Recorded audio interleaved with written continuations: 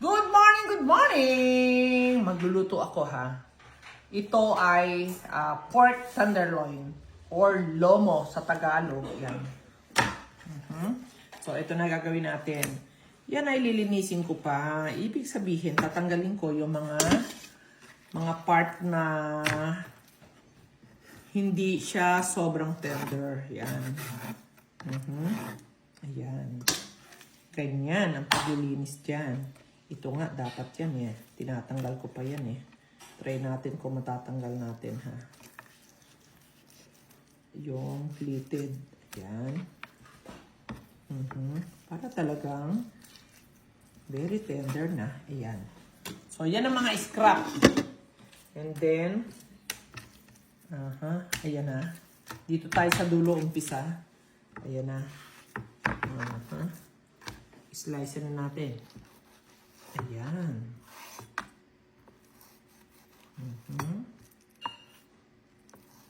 Request ni Sidekick ito. Ayan. So, ayan. And then, matagal-tagal to ha. Aka na yung pandikdik. Ito pa gagawin natin.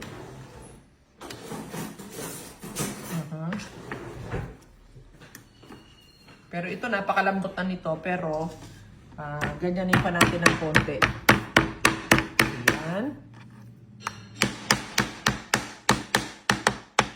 Ayan. Kailangan may tunog pa. Meron pang... So, ayan. Tatapusin ko muna yan. So, ito ang unang proseso. Pero, ay pangalawang proseso na pala to. Ang unang proseso, ito ay hinugasang mabuti. Kita nyo, wala nang dulas. Hinugasang mabuti sa asin at suka. Grabing linis yan. So, fresh, ha? Gagawa tayo ng steak na super special. Yan. So, yan. Tatapusin ko lang muna to at mamaya ang susunod na kabanata. Good morning! Inspired magluto ang lola nyo. Ano ang lulutuin ko? Yan. So, eto ha. Lagay muna natin ang mantika. Lagyan natin ng... Dagdagan pa natin ng konti. Yan.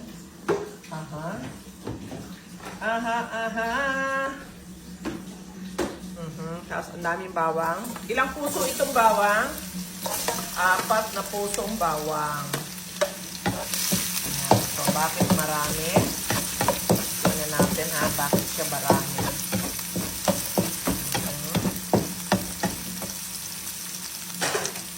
Kasi ba naman, 4 na kilo na pork tenderloin, lomo. Yan. So, na-slice na. Sabi ko kanina, di ba? Yan. At medyo pinukpok pa namin ng konti. Ganyan ang pagkaka-slice. And then, ito yung scrap niya. Pakita ko sa inyo. Ganito karami scrap. Ayan. So, ang gagawin ko dito ay kulot tapon. And then, gigiliin ko siya. Para may ground pork pa ako. O, diba? Hi, discarte lang.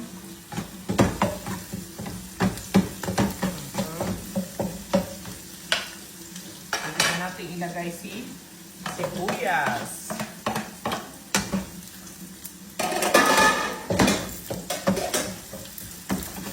Ayan.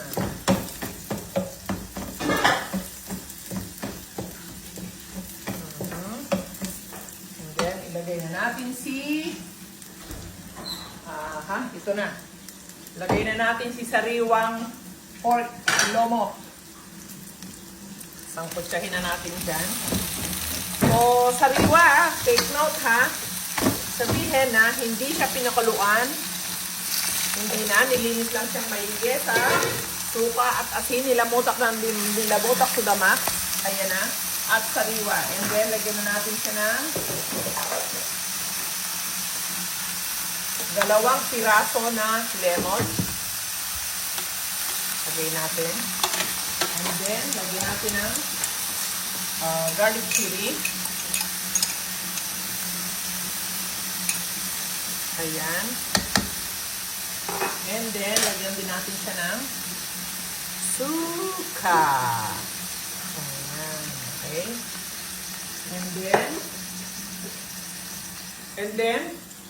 And then, takpan na natin. Huwag mo nating haluin. Yan.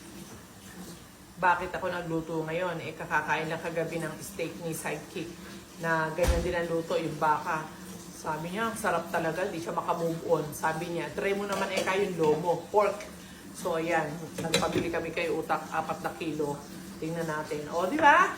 So, ang kailangan lang marunong tayong segregate ng mga matitigas na part, may mga litid-litid, mga ganon. So, ihiwalay natin na pwede naman siyang maging ground pork or ground beef.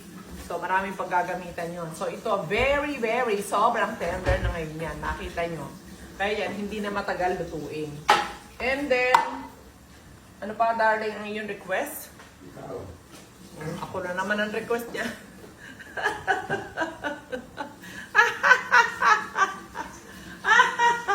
Asa ba yung tira natin na anak kagabi? Ito lang? Ito na lang yun? Yung baka na steak? Oh my God. Kuha ka ng kabali. Kuha ka ng kabali. Ah, eto pa. Yan. Ito na lang. Eh di wow, di ba? Nagustuhan nila. Yan. Ay, hindi pa. Naku, mauubusan na siya eh. Yan. So, madali lang to. Dali lang. Bakit sariwa? Alam mo yung ibang may ibang luto pa rito na kapag nagluluto ng steak, dati naman ginawa ko din yun. Piniprito muna. Diba? Piniprito muna yung hindi. Kasi ito, ang gustong luto ni Sidekick, yung pagkaluto na siya, tsaka medyo paprito. Yung medyo crunchy-crunchy. Yun ang gusto niya. Kaya okay lang yan. Hayaan mo siyang maluto ng sariwa dyan sa mga ano pala? Lalagay pa tayong paminta, huwag na. Kasi may garlic chili na yun. Okay na yan? O, yan na.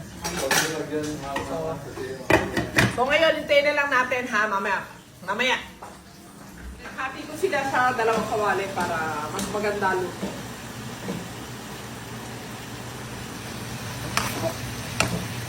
Tapos, nilagyan ko sa tinikman ko kanina. Medyo matabang. Nilagyan ko na din ng asin. So ngayon, ano na yan, naririnig ko rin sa gitsit. Yun na yun. Yung almost cooked na siya. Makabulan na lang natin ang butter. Ito. Butter, oil. Well,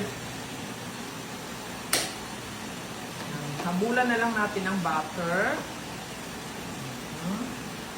Dahil yan ay walang taba. Para may cuts.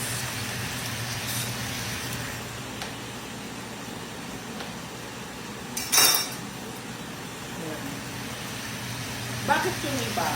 Halika dito, pakita ko. Kayo ba? Nakakaya nyo ba yung kumakain kayo ng ganito? Ako, pwede kong kayanin ng ganun lang, pero hindi ko kaya maging araw-arawin na ganyan. Parang tinikman ko lang ganyan, para alam ko lang lasa, pero hindi carry. Hindi ko carry talaga. Kaya ako yung fats ko, kinukuha ko yan sa mga taba ng pork at beef. Yes, dun ako.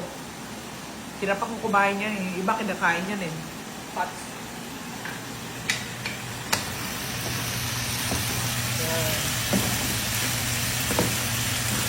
Ayan na.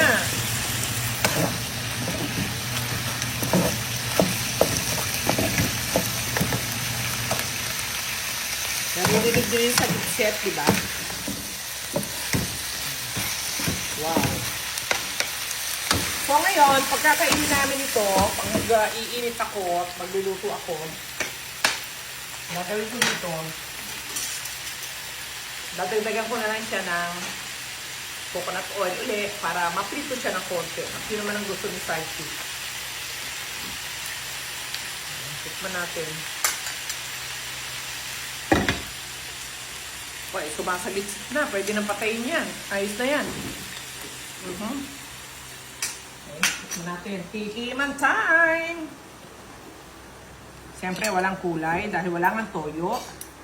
Pero nasa inyo na kung gusto nyong lagyan ng atsuete, nasa inyo yun. Pero this time, ayoko muna. Okay lang yan. Kasi pag ito yung naprito ko na to, na katulad dun sa baka, pag medyo tostado yan, nagkakakulay na rin yan. Nagba-brown-brown na rin siya, di ba?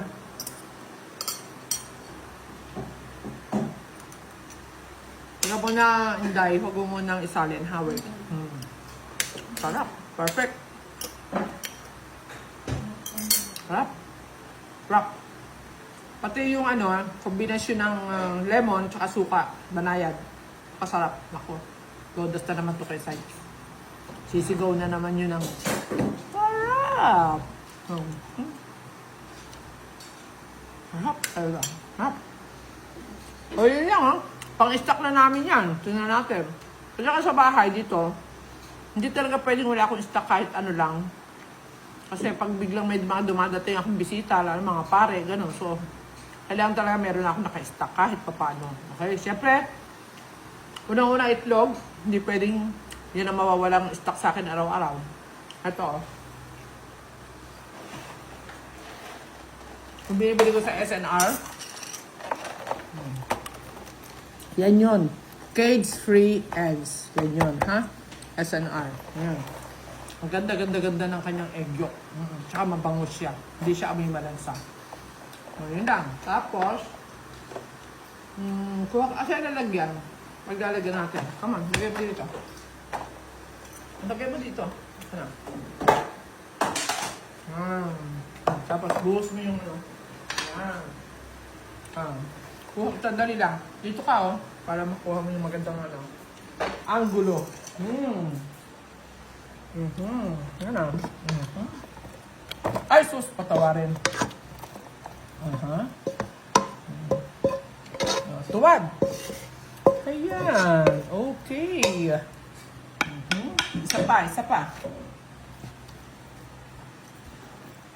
Yan. Oh, ang dami pala, no? Kakatuwa. Napuno ang aking lalagyan. So, babawasan ko to, maglilipat ako sa isang maliit-liit na Kung ka ng medyo maliit-liit, tamang-tama lang. O, yun na. Diba? I-enjoy natin ang pagluluto, mag-explore. I-enjoy natin ang paglo-low carb. Yan, lutong low carb ni Lola Anitins nyo. Pork steak. Okay, thank you. God bless.